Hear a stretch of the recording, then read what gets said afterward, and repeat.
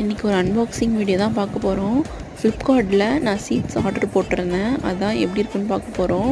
அது ஆக்சுவலாக டெலிவரி பேக்கேஜிங்கே நல்லா இல்லை. அது ஏதோ கவரெல்லாம் சுருங்கி இருந்தது. பரவாயில்ல, கவர் சுருங்கி இருந்தாலும் பரவாயில்ல, உள்ளார ப்ராடக்ட் நல்லா இருக்குன்னு பார்த்தேன். பட் ஆனால் அதுவுமே இல்லை.